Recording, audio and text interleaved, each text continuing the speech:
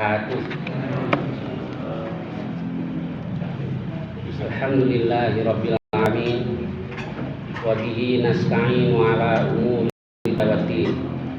Wassalatu wassalamu ala asyrafil anbiya'i wal mursalin nabiyyina Muhammadin wa ala alihi wa sahbihi ajma'in, amma ba'd.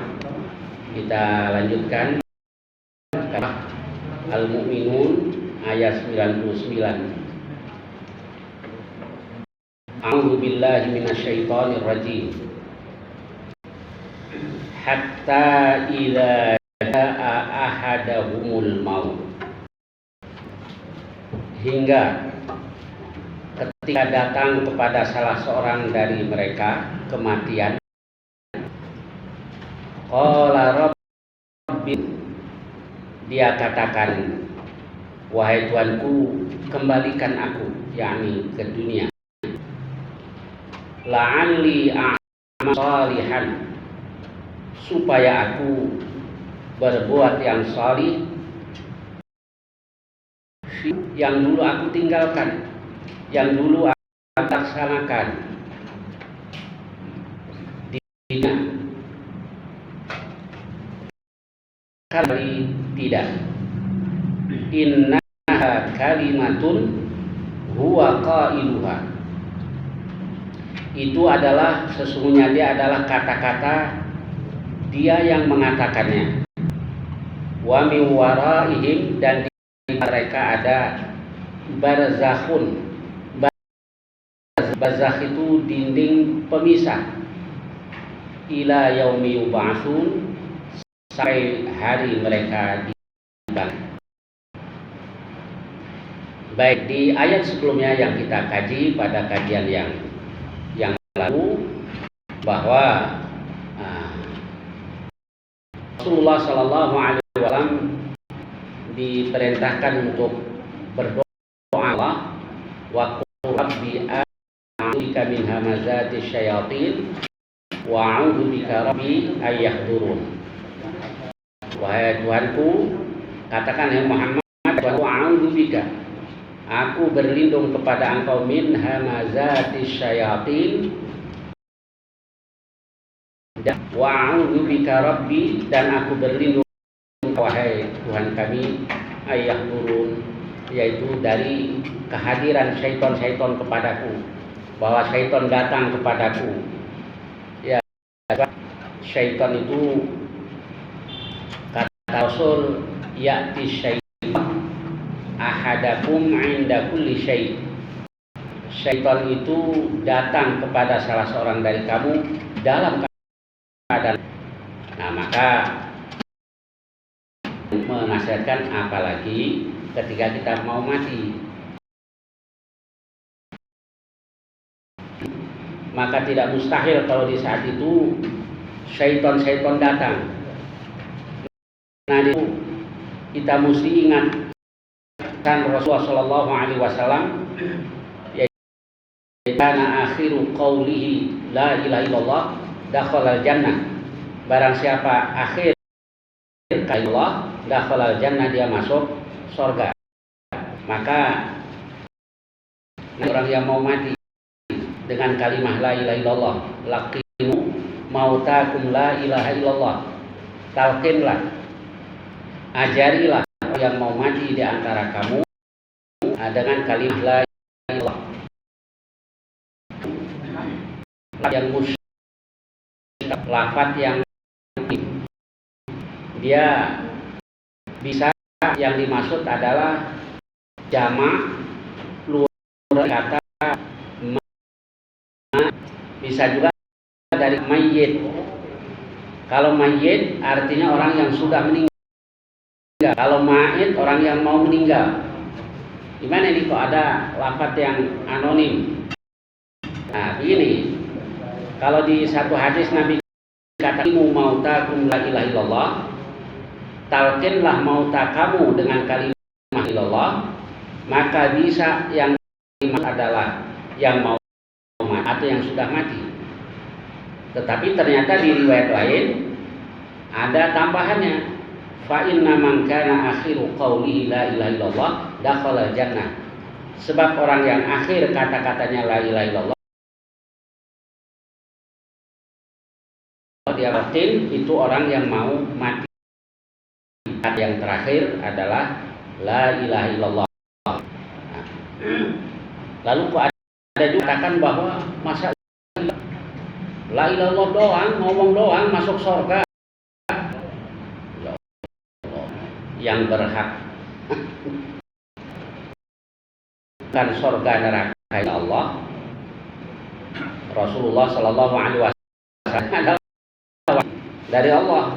Kalau Allah katakan surga, masa begitu doang bisa masuk surga? Pinteran dia apa pinteran Rasul? Dia apa pinteran? Kalau seorang mukmin ya dia terima, orang hadisnya sahih. Ayat Quran hadisnya nggak pakai dipikir-pikir, nggak pakai dicari. Kalau itu hadis sudah diterima. Nabi yang katakan fa inna man kana akhiru qouli la ilaha illallah dakhalal. Ternyata memang tidak banyak orang yang bisa mengakhiri hidup dengan kata-kata la ilaha illallah. Baik. Kemudian di surah Ali Imran Allah wa ta'ala katakan ya ayyuhalladzina amanu taqullaha haqqa tuqatih wa la tamutunna illa wa antum muslimun.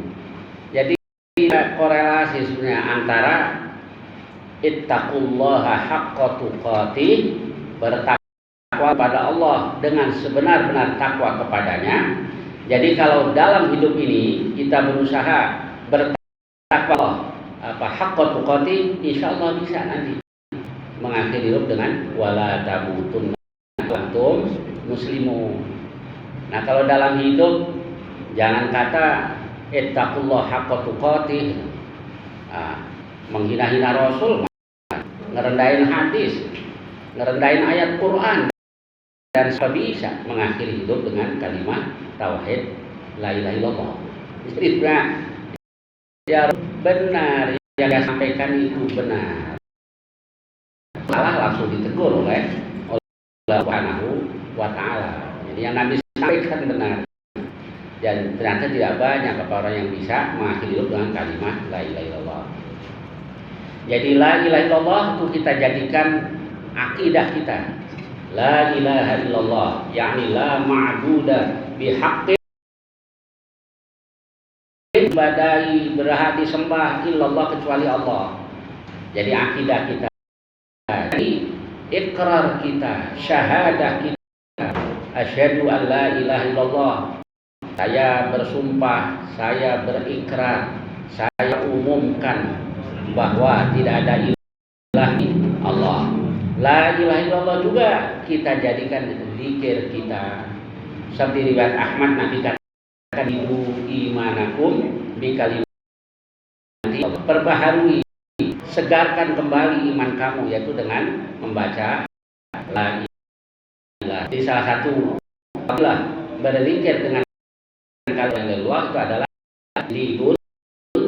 Kalau kayak begini, insya Allah kita bisa wala tamutunna illa wa antum muslimun, atau man kana akhiru qawlihi la ilaha illallah dakhalal jannah. Kalau dalam musyrik ngerendahin ayat Quran, ngerendahin ngejek sunnah Rasul, apa bisa kira-kira mengakhiri hidup dengan kalimat la ilaha illallah. Baik, lanjutkan. Nah, kemudian di ayat 99 Allah jelaskan tentang orang-orang kafir yang dulu lalai waktu di dunia diajak beriman tidak mau. Nah, hatta idza jaa ahadahumul maut, hingga ketika datang kepada salah seorang dari mereka, qala rabbirun, dia katakan wahai Tuhanku, kembalikan aku ke dunia, la'alli a'malu salihan, biar saya atau biasa supaya saya bisa berbuat yang salih fi ma taraktu, ya saya tinggalin innaha kalimatun wa itulah kata-kata yang mengatakannya, tapi wa mi waraihim barzakhun ila yaumi yub'atsun. Di belakang mereka ada barzakh, jadi nggak bisa, ada dinding pemisah, itu namanya alam barzakh. Di alam barzakh itu karena dia sudah tidak bisa kembali lagi ke dunia, sudah ada di alam barzakh. Sampai kapan? Ila yaumi yub'atsun, sampai hari mereka minta diundur sedikit saja juga nggak bisa. Wala yuakhirallahu nafsan idza jaa ajaluha. Allah tidak akan menunda tahun kalau sudah datang ajalnya. Kalau di surah yang lain tentang orang-orang yang dulu kufur di dunia menyesal setelah di neraka, menyesal juga. Wahum yastarikhun fiha, dan mereka berteriak di dalam neraka, Rabbana akhrijna na'mal shalih, wahai Tuhan kami, keluarkan kami biar kami berbuat yang ghairal ladzi kunna na'mal, belum kami lakukan. Itu bohong, nggak bakal ditepati. Kata Allah, awalam mu'ammirkum ma yatadzakkaru fihi man tadzakkar. Maka kami telah berikan umur kepada kamu di mana yang mau ingat dikasih umur panjang, dikasih umur. Waja'akumun nadhir, dan telah datang pemberi peringatan kepada kamu. Apa peringatan? Sebagian mufassir katakan an-nadhir rasul. Ada juga yang katakan an-nadhir uban. Jadi kalau udah ada uban ini peringatan buat kita. Nah, kan gitu ya. Kalau uban sudah bertabur, gigi sudah pada gugur, kayak gini, kemudian mata sudah kabur, kulit sudah kendur, nah ingat sebentar lagi mau masuk liang kubur. Jadi peringatan buat kita. Nah, ada yang mengatakan bahwa an-nadhir itu kan sudah dikasih umur berapa? Nah, kalau di hadis, di salah satu hadis Nabi katakan, azarallah ila mri'in akhara ajalah. Allah kasih udur, Allah kasih buat seorang, Allah tunda ajalnya hatta balagha sittina sana, hingga mencapai umur 60 tahun. Apa kalau 60 tahun nggak tobat? Kalau 60 tahun mau bertobat nggak diterima oleh Allah? Masya Allah. Sebab Nabi juga katakan, innallaha ta'ala yaqbalu taubatal 'abdi ma lam yughargir. Sesungguhnya Allah Ta'ala itu terima taubat seorang hamba harus sekarat. Kalau sudah sekarat sudah nggak diterima taubat. Sudah sekarat itu pada bingung, Pak istighfar, Pak istighfar. Tinggal satu saja yang diterima. Maka la ilaha illallah dakhalal. Baik, jadi asal sekarat diterima. Lalu dengan hadis yang Allah berikan umur kepada seseorang hingga sampai umur 60 tahun. Ini sebagian ulama katakan bahwa itu sesuai dengan orang kalau umur 60 tahun belum kembali ke jalan Allahnya susah. Ada masjid, dia ke masjid. Ada yang ngajak begini, judi lah. Ada yang ngajak ke tempat-tempat masalah. Ada yang ngajak ngaji. Susah berlanjut karatan. Maka taubat itu yang bagus di kala muda, atau batu hasan, walakin fi syabab ahsan. Taubat di kala muda nanti yang lebih bagus. Kalau berhenti dari maksiat belum tentu taubat kan. Berhenti. Namanya STMJ. Apa STMJ? Ya. Tapi ada juga ini berhenti itu bukan karena tobat. Oh sekarang nggak begini lagi. Dada sakit nggak kuat. bukan karena menyesali dosa-dosa. Sekarang biasanya rajin loh. Punya duit, mau minta amanah, jadi nggak tobat. So kalau tobat tuh 3 syarat. Ayyuqli'a hanya maksiat, stop. Wa yandama ala fi'liha, menyesal melakukannya. Kalau nyesal dia istighfar, dia minta ampun.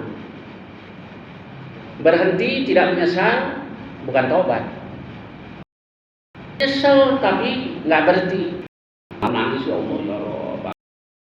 Besok begitu lagi. Malamnya nangis lagi. Begitu lagi. Bukan tobat juga. Dan yang wa ayyazima alla ya'uda ilaiha abada. Dia berazam, dia bertekad tidak akan kembali pada dosa itu selamanya. Insyaallah kalau taubat kita 3 syarat yang kita penuhi dalam taubat, insyaallah diterima oleh Allah Subhanahu wa taala. Baik, kembali ke Allah kasih umur. Dosa segera kembali dekaratan. Susah ke kandung nih. Apa? Ujinya susah. Maka Allah dan Rasul yang perintahkan kita untuk segera kembali ke jalan Allah. Baik, kita lanjutkan ayat berikutnya. Fa idza nufikha fis-sur, maka jika telah ditiup di dalam sangkakala. Anak-anak muda nanya, Ustaz, kalau Israfil itu tugasnya hanya menyala, terus apa yang dilakukan sekarang? Tugasnya cuma itu saja.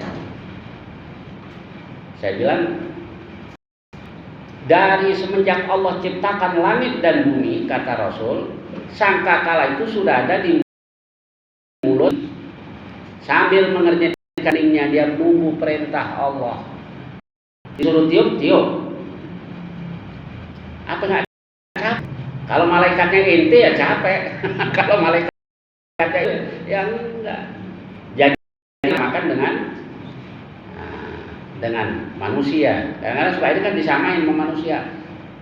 Jibril apalagi kerjaannya ya setelah kenabian habis, serah Allah masuk apa itu urusan Allah. Baik, jadi kadang-kadang disamakan sama manusia.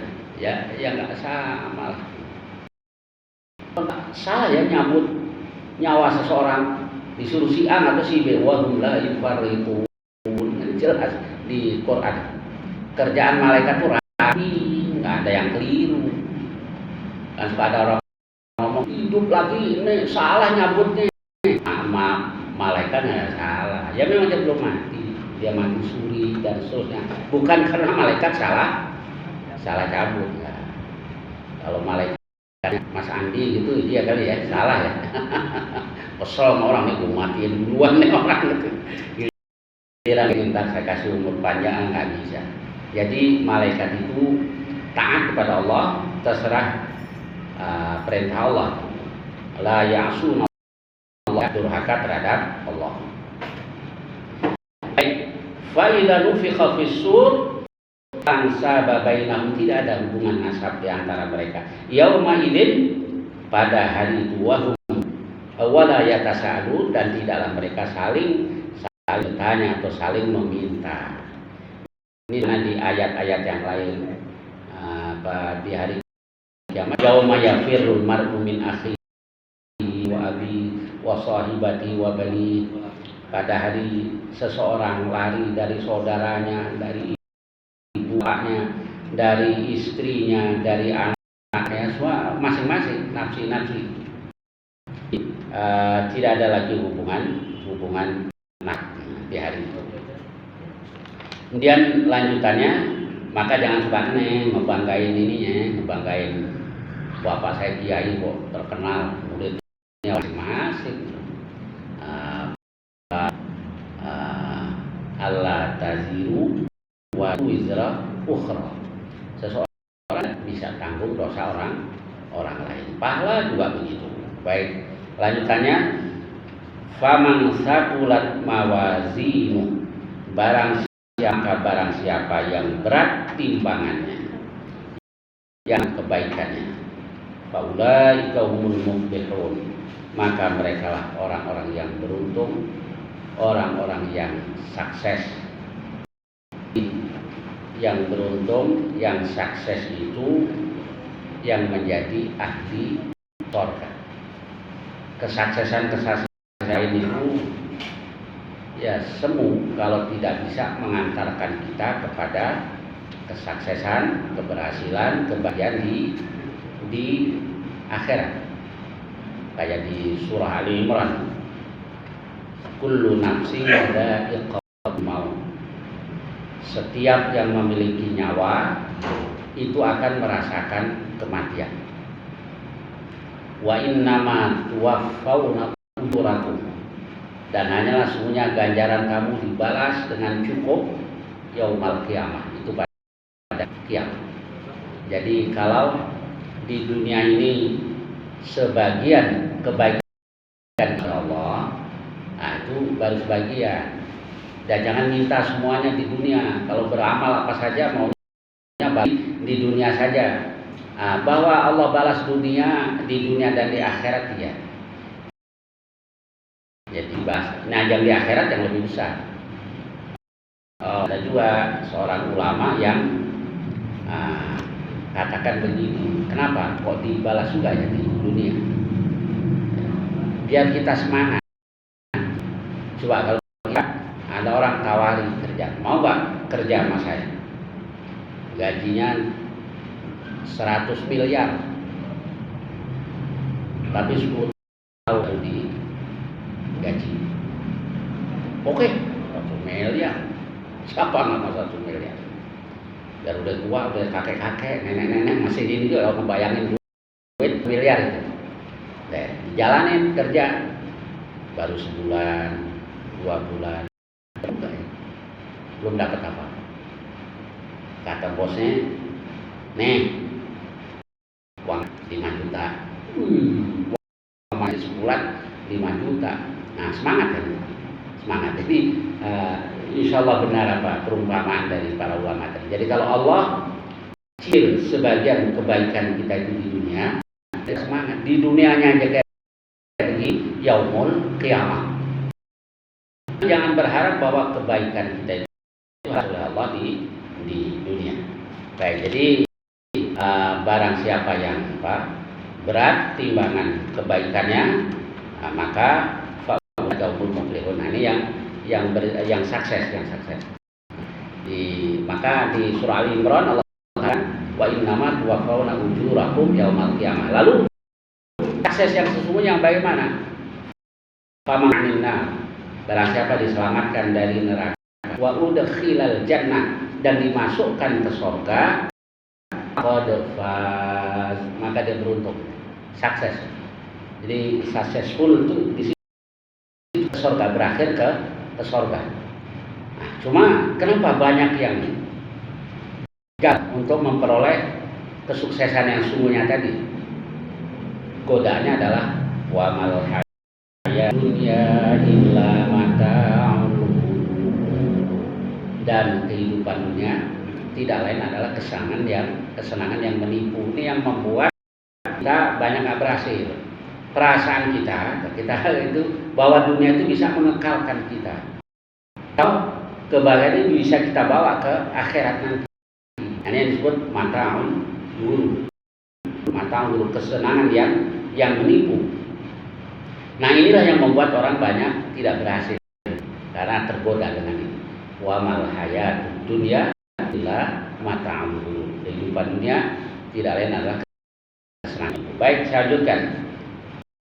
Wa khaffat mawazinu, dan barang siapa yang ringan timbangannya, yakni timbangan kebaikannya ringan, faulai alladziina khasiru anfusahum, maka mereka adalah orang-orang yang merugi diri mereka, fi jahannam khalidun, kekalian talfahu wujuhahum, neraka, api neraka itu membakar wajah mereka, wahum fiha kalihun, dan mereka dalam keadaan kalihun itu ada yang mengatakan orang kalau mukanya nggak bisa dibalik apa itu ya cacat. Ada yang katakan bibirnya yang atas bawah ditarik, itu makna kalihun, wahum fiha kalihun. Alam tak ayati tutla alaikum, bukankah ayat-ayatku telah dibacakan atas kamu, fakuntum biha tukadzibun, lalu kamu mendustakannya. Jadi bisa nanti protes. Kok tahu begini? Nah, kan dulu udah dibacain. Meledek.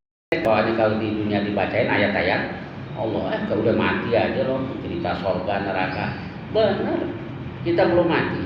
Kenapa kita cerita surga neraka? Karena kita dengan yang disampaikan oleh Rasulullah Shallallahu Alaihi Wasallam. Tapi kalau ada yang ngomong begitu, nah itu berarti bukan orang muslim. Sebab kalau orang beriman, rukun iman salah satunya adalah beriman kepada hari akhir. Kalau percaya dengan hari akhir ya berarti bukan seorang mukmin, belum beriman. Baik, jadi kayak sudah pernah mati saja. Nah, tandain aja ya kalau dia ngomong gitu. Kalau nyalek jangan dipilih tuh, bukan seorang mukmin. Masa mau ngomong kok pernah mati kayak ini, deh tandain. Ini apa? Kalau Quran nggak boleh milih apa? La yattakhidul mu'minuna kafirina awliya. Jangan orang-orang mukmin dan orang kafir sebagai aulia. Mau diputer-puter kata aulia. Ada yang bilang, enggak itu teman dekat sama. Nah itu pakai mafhum aulawi. Kalau teman dekat saja jadikan sebagai pemimpin, itu dong sih. Orang tuh tipe-tipe orang yang nggak percaya dengan Quran ya, udah jelas kayak gitu dipelintir. Kita lihat aja sabab nuzulnya ayat-ayat yang bicara soal itu. Insyaallah ya. Duit ya, kasih gitunya ya, berani pelintir ayat Allah gara-gara duit. Emang kenapa sih kalau ngomong Allah larang orang-orang mukmin pilih orang kafir sebagai pemimpin, masih mau dipelintir aja? Wah ini identitas ya, nggak jelas identitasnya, nggak taunya PKI. Oh mesti jelas identitasnya. Yang nggak mau diketahui, yang larang politik identitas, nih orang berarti ada identitas. Jangan PKI nggak mau diketahui gitu ya. Kalau Islam kan biasa terbuka jelas dalam Islam itu, kan harus jelas ya. Bin fulan jelas harus jelas. Tapi nggak apa ya nasab kita. Paling apa uyut aja ya. Tapi ada juga ya sampai ada, tapi harus jelas lah. Pak Saipul ini anak si fulan harus jelas, jangan nggak jelas. Waktu jelas nasabnya. Lalu ditanya oleh Pak Najasyi, sahabat ditanya, bagaimana? Oh dia orang yang apa? Jelas lah nasabnya, kami tahu nasabnya dan seterusnya. Dia fulan bin fulan. Waktu si Heraklius dijelaskan juga jelas nasabnya itu. Biasa dilakukan umat Islam dari zaman dulu.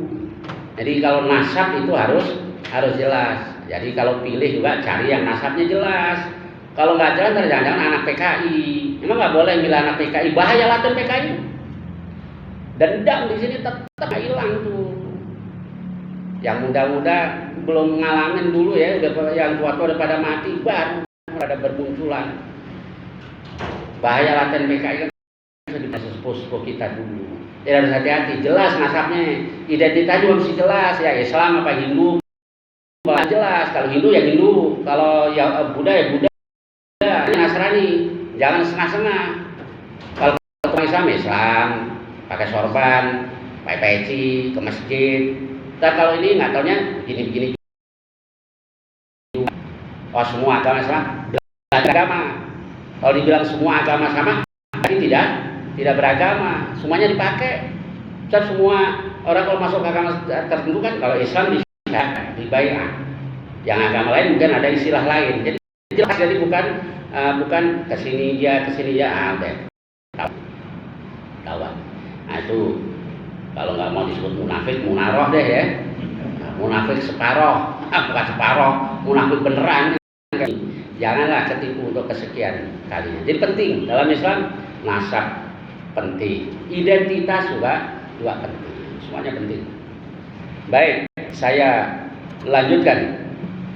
Alam takun ayati tutla alaikum kuntum biha tukadzibun. Bukankah dulu ayatku telah diberikan atas kamu mendustakannya, dulu nggak percaya. ejek ayat-ayat Allah. Begitu di akhirat nyesal. Mereka katakan, Rabbana ghalabat 'alaina shiqwatuna wa kunna qauman. Jadi mereka jadikan alasan apa nasibnya kami yang mengakan kami dan dulu kami adalah kaum yang sesat. Maka Rabbana akhrijna minha fa in 'udna fa inna zalimun. Rabbana kami akhrijna minha, keluarkan kami dari neraka. Fa in 'udna, kalau kami kembali lagi kufur lagi, fa inna kami orang-orang yang qala khsa'u fiha wa la tukallimun. Allah katakan tinggallah kamu dengan hina di neraka, wa la tukallimun, dan jangan kamu bicara ngomong mereka, diam gitu. Innahu kana fariqum min ibadi, sesungguhnya dulu sekelompok dari para hambaku mengatakan Rabbana amanna wa kami telah beriman, faghfir lana, maka ampuni kami, warhamna, maka dan sayang kami, wa anta khairur rahimin, engkau adalah sebaik-baik penyayang. Ketika ada hamba-hamba kami yang berdoa begitu, fattakhadtumuhum sikhriyan, kamu jadikan mereka sebagai bahan ejekan. Ya, sekarang jelaskan ya. Nah, jadi kalau sekarang ini apa jelas, yang suka ngejek-ngejek kok jelas. Nah, hatta ansaukum dzikri wa kuntum minhum tadhakun.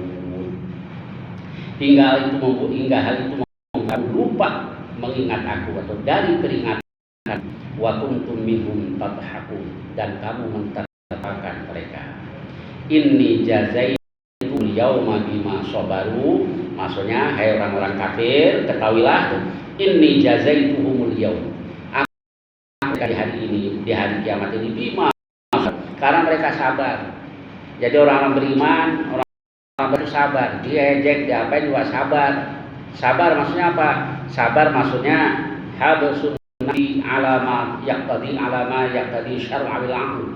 Dia tahan dirinya sesuai dengan syariah dan rasul. Jadi apapun yang terjadi dia tidak akan melanggar aturan syariah. Dia tidak akan berbuat yang tidak rasional. Itulah sabar. Nah, sabar kalau kita lihat di Quran atau di hadis, itu ada kalanya sabar itu dikaitkan dengan inda nuzulil masaib. Sabar ketika terjadi musibah. Nah, itu yang alladzina idza asaba musibatun qalu inna lillahi wa inna ilaihi raji'un. Sabar ketika ada musibah. Yang kedua, as-sabru, sabar fi ta'atillah, di dalam menjalankan ketaatan terhadap Allah. Mau yang terus sabar, godaannya banyak. Godaannya berbagai sisi. Nah, di sini kita harus sabar dalam arti tabah. Sabar yang ketiga, as-sabru fil jihad. Sabar di dalam berjihad di Allah. Kayak am hasibatum an tadkhulul jannata wa lamma ya'lamillahu alladziina jahadu minkum wa ya'lamas sabirin. Apa kamu mengira kamu masuk surga? Padahal Allah belum lihat orang yang berjihad di antara kamu dan belum lihat orang yang sabar. Nah, sabar di sini dalam arti tabah, maju terus. Jadi bukan ini aja bisa sabar. Islam dihina-hina sabar. Rasul itu orangnya sabar nih. Ya enggak begitu. Sabar itu giliran perang, giliran tonjok gitu ya. Ada orang di depan kita berani menghina-hina Rasul. Gimana hukumnya? Sikat, tonjok. Kurang ajar kalau kalau di depan kita berani menghina-hina Rasulullah Shallallahu Alaihi Wasallam, dan halal darahnya. Orang berani menghina secara demonstratif itu halal darahnya. Baik, kemudian inni jazaituhumul yaum jazai ma sabaru annahum humul faizun, bahwa mereka lah orang-orang yang beruntung. Baik, saya kira ayatnya sampai di sini. Nah, silakan barangkali ada pertanyaan tentang ayat-ayat yang kita bahas tadi, yang saya bisa silakan. Ya, silakan Pak. Bangunan itu kalau yang Ya. orang Islam kan kadang-kadang ada yang apa? Ada yang Tidak ada dari budaknya karena orang meninggal gitu. Sampai di enggak sholat itu. apakah ada penghargaan yang wakaf? Oh, kalau soal ampunan urusan Allah. Kalau kita lihat di hadis, nah, apa kata Allah Alaihi Wasallam, batas pemisah rojuli wasyirki wal tarkus sholat, dengan kemusyrikan dan kekufuran meninggalkan sholat. Baik, dan kemusyrikan sholat.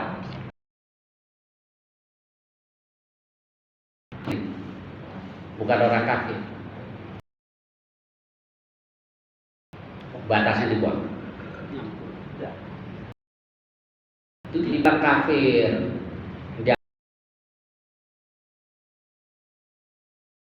Sholat. Ya, enggak ada kan kekufuran. Munafik itu sholat. Ila sholati qom. Kalau mereka berdiri untuk sholat, mereka berdiri dengan mereka riya, yang tidak walayat,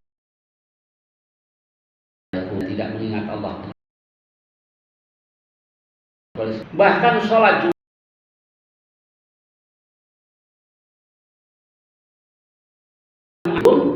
untuk menelaah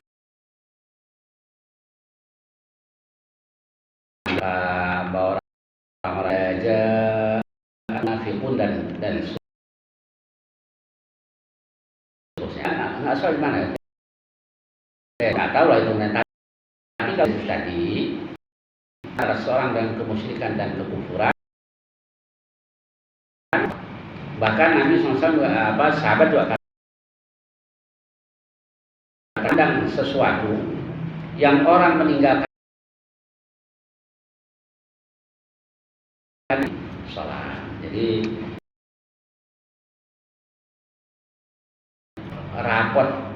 nilai rapot yang paling menentukan apa? Dulu kan bahasa Indonesia ya PNP, nggak tahu sekarang apa. Saya orang zaman ya, zaman saya belum ada PNP, dulu warga negara. Baik, kalau ini jelek, tampilan 9, yang 10 tetap aja. Ya. Wallahualam. Silakan Pak. Nah, kalau di namanya sama gimana? Apa ya? Bang sama jadi nggak ada berat apa itu? Itu ya di surah Al-A'raf. Jadi Al-A'raf itu adalah bintang yang tinggi. Kenapa dinamakan Al-A'raf? Araf ya'rif kan tahu. Dinamakan Al-A'raf, sebagian ulama katakan karena di tempat itu dia bisa mengenali ahli surga, bisa juga mengetahui ahli neraka. Maksud Al-A'raf yang dimasukkan ke neraka, dia banyak kebaikannya, dimasukkan nggak cukup gitu. Maka di Al-A'raf. Tapi Ashabul A'raf ini akhirnya juga dimasukkan ke dalam surga. Kalau kategori sholat kufur atau munafik, Ya, satu riya, kedua ingat Allahnya dikit. Tuh, jadi dua, ada sih riya sama Allah ikhlas. Mulai ihram syarri fil dajjal awal kata Allah ya, mulai Allahu Akbar ya Allah, besok nyari duit.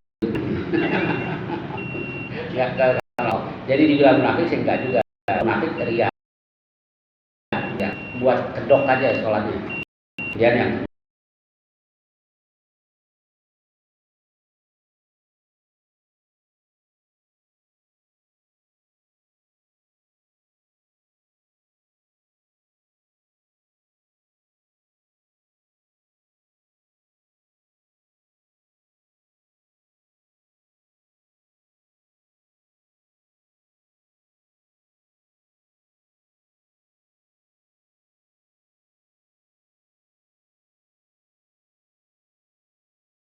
dua di hadis-hadis. Nah, jaraknya berapa lama nih? Saya belum pernah baca hadis yang menjelaskan waktunya. Ya, silakan. Yang dalam keadaan sekarat tadi, Ya. kalau bermaut, kita kan itu ditalkin kan, Ya, betul. apa dia tuh mendengar. Nah, kalau disuruh talqin kan berarti dengar. Nah, sekarang ada saksi itu, saksinya udah meninggal, almarhum Pak Haji Iskandar. Waktu kita bahas hadis, beliau cerita, benar, saya pernah koma, apa 5 hari itu koma. Jadi keluarganya mentalkin, dibilang dengar. Dengan sama lain koma. Jadi ternyata yang mentalkin la ilaha illallah itu dengar.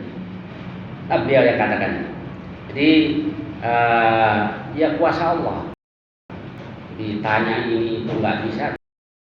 Diperdengarkan la ilaha illallah dengan ya benar apa yang disampaikan oleh Rasulullah SAW, lakinu mautakum la ilaha illallah. Tidak pernah talqin orang sudah nggak bisa ngomong, ya udah kayak kan udah sekarang, tapi tak tahu lidahnya bergerak-gerak, terus meninggal. Insya Allah dia mati dalam keadaan husnul khatimah. Tapi yang saya tahu memang dia ahli ibadah. Selama itu diucapkan terus nggak tahu. Nah, ini karena Nabi katakan mangkana asyraqul la ilaha illallah dakhala jannah. Orang sebab orang yang akhir kata-katanya la ilaha illallah dakhala jannah. Maka yang penting gimana caranya dia kata-kata yang terakhir itu la ilaha illallah. Maka nggak usah dicecer, pelan-pelan aja. Kalau dia la ilaha illallah dia dulu. Takut dia ngomong yang lain nanti ditalqin lagi la ilaha illallah. Biar kata-kata yang terakhir la ilaha illallah. Katakan begini, jangan la ilaha illallah kepanjangan. Allah aja, dan kerja lebih belak mati. Enggak pernah ada kejadian begitu. Itu kuasa Allah. Maka Nabi suruh talqin la ilaha illallah. Kalau ditakdirkan bisa baca sampai selesai, sekalipun hanya lidahnya saja. Ya, kita ikut Rasul. Lakinu mautakum la ilaha illallah, bukan lakinu mautakum Allah. Lakinu mautakum la ilaha illallah.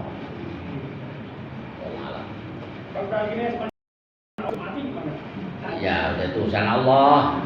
Cuma perintah Rasul mentalkinnya dengan la ilaha illallah. Kalau la ilaha terus mati. Udah urusan Allah deh, kita nggak tahu ininya.